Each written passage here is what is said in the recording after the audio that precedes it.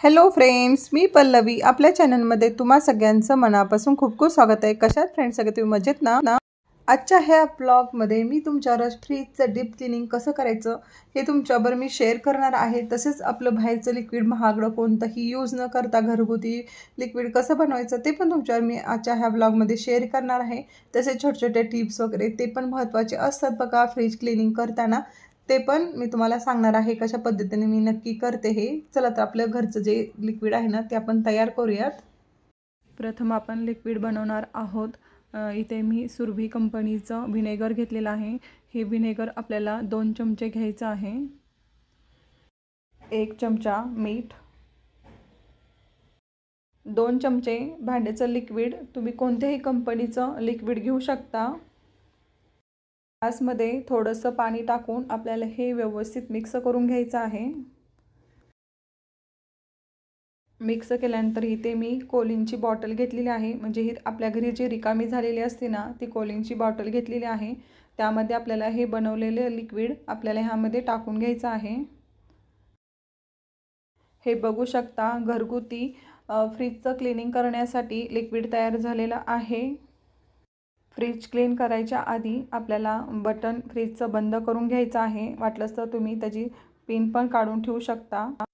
Fridge deep clean करायच्या आधी फ्रीजमधील जे सगळं सामान आहे ते आपल्याला काढायचं आहे। तुमचा जर 2 डोअरचा जर फ्रीज असेल तर तुम्ही काय करू शकता की सुरुवातीला आपल्याला फ्रीज साफ करून घ्यायचं, त्यातलं सगळं सामान काढून घ्यायचं आहे आणि फ्रीजर आपल्याला सुरुवातीला तरी बंदच ठेवायचं आहे। आणि बटर वगैरे काही खराब होणाऱ्या ज्या वस्तू असतात की बाहेर ठेवल्यानंतर खराब होतील ते आपण फ्रीजरमध्ये आपण शिफ्ट करू शकतो आणि लास्टला नंतरच्याला आपण फ्रीजरमधलं सामान काढू शकतो। म्हणून मी इथं काही बटर आणि चीज वगैरे फ्रीजरमध्ये ठेवणार आहे। आणि चला तर मग आता मी पूर्ण सगळं सामान काढून घेते।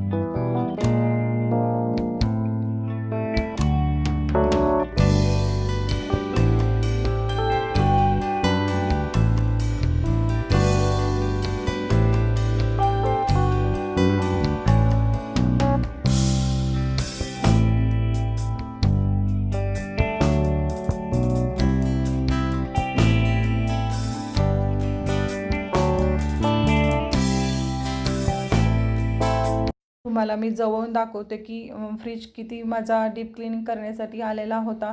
तर मी म्हटलं चला व्हिडिओ पण तुमच्याबरोबर शेअर होईल आणि माझा फ्रीज पण डीप क्लीन होईल।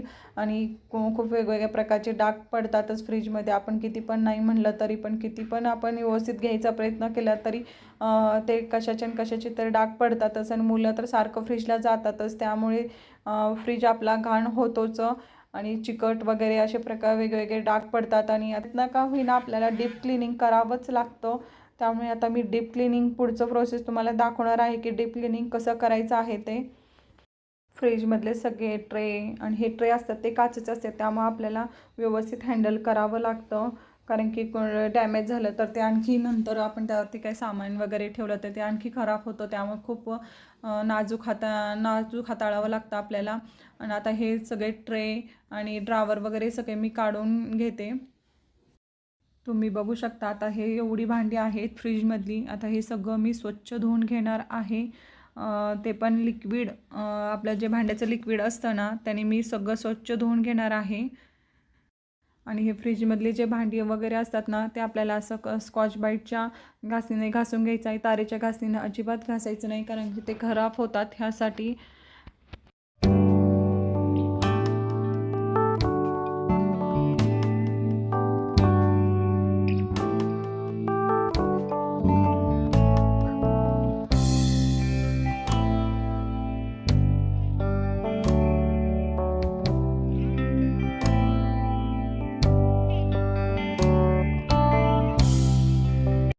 फ्रीजमधली सगळी भांडी धुतल्यानंतर मी अर्धा तास उन्हाला ड्राय होण्यासाठी ठेवलं होतं.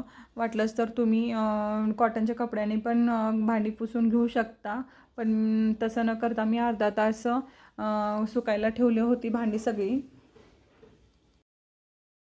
बनवलेले हे घरगुती फ्रीजचं लिक्विड आता मी सगळीकडे फ्रीजरमध्ये स्प्रे करून घेणार आहे आणि जिथे जास्त असं कडक डाग पडलेला आहे तिथे जास्त प्रमाणात हे लिक्विड स्प्रे करणार आहे, म्हणजे ते डाग ज्यावेळेस आपण काढू त्यावेळेस पटकन निघेल ह्यासाठी. आता आपण कॉटनच्या कपड्याने पूर्ण फ्रीज पुसून घेणार आहोत.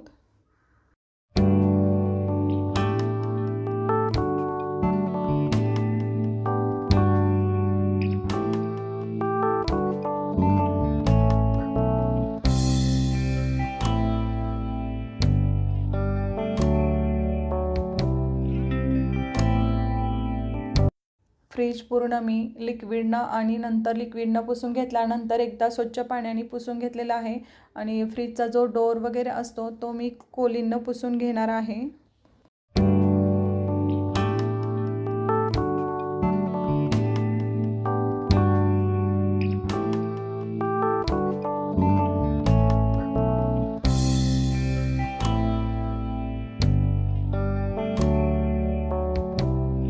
फ्रीजमधील जे ट्रे ड्रावर आहेत ते सगळे मस्तपैकी ड्राय झालेले आहेत. आता मी सगळे लावून घेते. तुम्ही बघू शकता किती छान प्रकारे डीप क्लीन झालेलं आहे फ्रीजचं आणि असं वाटतं की अगदी नवीनच फ्रीज आणला आहे की काय मार्केटमधून. इतका मस्त असा डीप क्लीन झालेला आहे फ्रीजचा. तुम्ही पण एकदा अशा प्रकारचं डीप क्लीन करा फ्रीजरचा. 4 महिन्यानंतर एकदा करणं खूप गरजेचं आहे. त्यामुळे काय होतं की जे आपण त्यामध्ये पदार्थ वगैरे ठेवतो ते चांगलं पण टिकतं आणि आपल्या हेल्थसाठी पण चांगलं असतं. त्यामुळे आपल्याला फ्रीजचं डीप क्लिनिंग 4 महिन्यातनं एकदा तरी करणं गरजेचं आहे. कसं वाटलं फ्रीज डीप क्लिनिंगचा व्हिडिओ हे मला तुम्ही कमेंट करून नक्की सांगा. व्हिडिओ आवडलाच तर व्हिडिओला लाईक करा. भेटूया मग अशा एका नवीन व्हिडिओमध्ये. तोपर्यंत बाय.